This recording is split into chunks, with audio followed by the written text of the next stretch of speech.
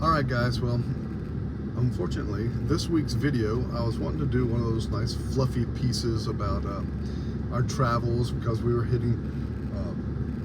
we had 3 stops to get to where, well, I guess we had 2 stops to get to where we were going. We left Blue Ridge, Georgia, and we're in Tampa right now. And we had a stop in Macon, Georgia, and another one in Wellborn, Florida. And I was going to do some good campground reviews and stuff for you and just show you the areas. Well, unfortunately, that all went to crap. So this is our situation right now. Had our first camper tire blowout. Completely blew the tread off, which is floating down the interstate up there. You can see the cars and trucks going around the pieces right now. We did have AAA RV, which doesn't apparently have to come out because the Florida Road Ranger pulled over, which is awesome. So they've come over, put some cones out, and there he is. He's helping Steve jack it up, and we had a spare underneath, so we're working on that. So scary, a little frustrating. AAA did respond fairly quickly. They were going to be here in about 15 minutes. Road Ranger showed up first. It is not a good place to be, but we got lucky in that the tire blew out right as we went under an exit, and so we are pulled into the Y between the lanes and the on-ramp. So at least we got off the road, but this location obviously scary. Look how close we are to these trucks just zooming by. So first night we had a issue. We got to Macon, Georgia, hooked up to the water, and the water pressure coming out of the spigot was 110 psi. It blew out my regulator. So I have a backup, so I put it on there and tried to ease it open. It blew it out. So I have a third one, which is just a manual regulator. You can't adjust it. I did put it on, and it was okay, but I had no water pressure at all. I couldn't figure out what was going on, so that took me a while to figure out. Turns out that 110 psi, it blew out all the O-rings in my quick connects and locked the quick connects up so water wouldn't pass through. So I had to reroute all my water fixtures and water lines and stuff to try and figure out how to get all my water filters and my water softener hooked up, and so we could have water, and it just took a while, and it was hot and miserable. And so anyway, we didn't do a review of that campground. So the next day we got out of there and hauled to just north of Ocala, Florida, and I got in, made great time, backed into the site, jacked up the camper, got it off the back of the truck, went to auto level, and it faulted out, would not level at all. So it was sticking straight up in the air, you know. So I started trying to figure out what's going on. My touchpad on my one control, it won't recognize my finger, so I'm hoping to get that replaced. Usually I can just go onto my phone and hit the OK and clear the fault. Well, it wouldn't recognize my phone. It said that it was locked in motion, wouldn't clear. So there's a backup plan that you can go inside at your control panel inside, and you can turn a light on, like an interior light, and it will reset the system. When I did that, it wouldn't reset the system. So I was trying all kinds of stuff. So then I turned off all my power, tried that, the power disconnect, and I guess the battery power still held the code in the one control. So I disconnected the batteries, and then I had to go to the bathroom, which is another story. You can't make this stuff up. Came back out, and it cleared the fault, and everything would level okay. So we leveled out, no problem. So that took another hour and a half to get all situated. So we didn't do a review of the campground there in Wellborn, Florida either. Got up the next morning to go to Tampa, and we got just above Ocala, or below Ocala maybe, and we had a blowout on I-75 going south. Just went under an overpass, and I heard a loud boom, and oh my gosh, Rose said, "What was that?" And I looked in the mirror and I said, "We just had a blowout." Well, I had been watching my TPMS all day long. The app kept failing, but I kept rebooting it and everything, and it kept coming back up. But the problem was it would come up and it would stay on like an hour, maybe, sometimes not even that, maybe sometimes 15 minutes, and then the app would crash.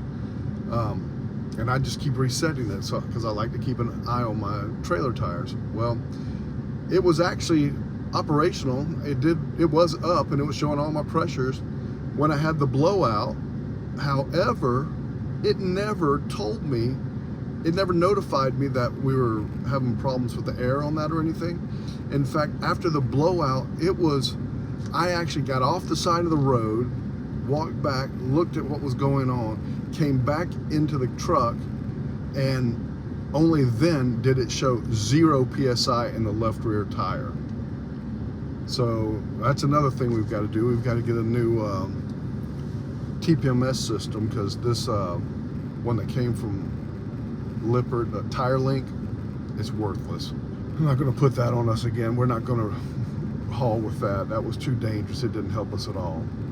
But anyway, so we're not going to have a campground review for this leg of the trip,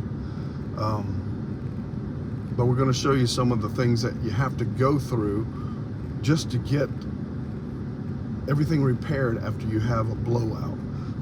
So I've done some research, and today I'm on my way to Wilson Tire here in Tampa, and I'm ordering some some Salem tires.